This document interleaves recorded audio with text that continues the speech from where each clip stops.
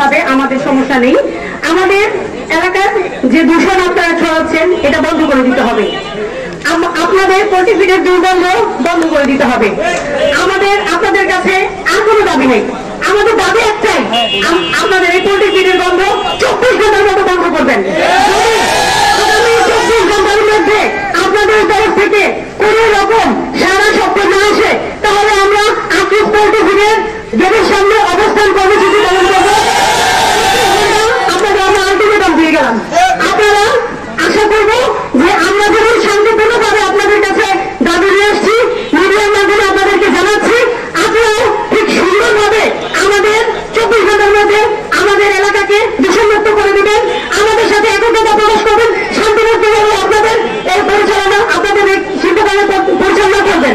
আপনারা আমাদের এলাকা দখল করছেন, আমাদের রাস্তাঘাট ব্যবহার করছেন, আমাদের ভূমি নষ্ট করছেন, আমরা কিন্তু আসি নাই। আপনার 2000 সাল থেকে আমাদের এই এলাকা দখল করছেন, আজকে 25টা বছর আমরা ভুক্তভোগী, কিন্তু আমরা আসি নাই। আপনারা এখন যে মৃত্যুর ভয়ে আপনারা লড়েছেন এটা আমরা সত্যি বলতে পারছি না, আমাদের পক্ষে সহ্য করা সম্ভব না।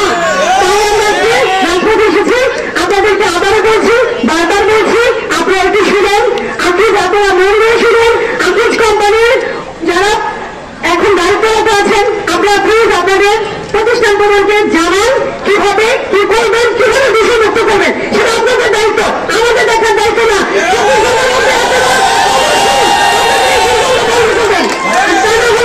আমরা আগামীকাল ঠিক এই সময়ে আবার আপনাদের আকিজ ফিড মিলের সামনে অবস্থান নিব।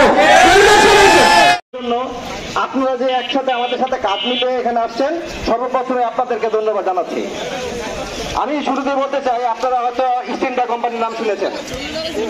এই ইস্ট ইন্ডিয়া কোম্পানি প্রথম বাংলাদেশ এলাকায় থেকে শুরু করে আশেপাশে যতগুলো ফ্যাক্টরি আছে সম্পূর্ণ পরিবেশের নিয়ন্ত্রণ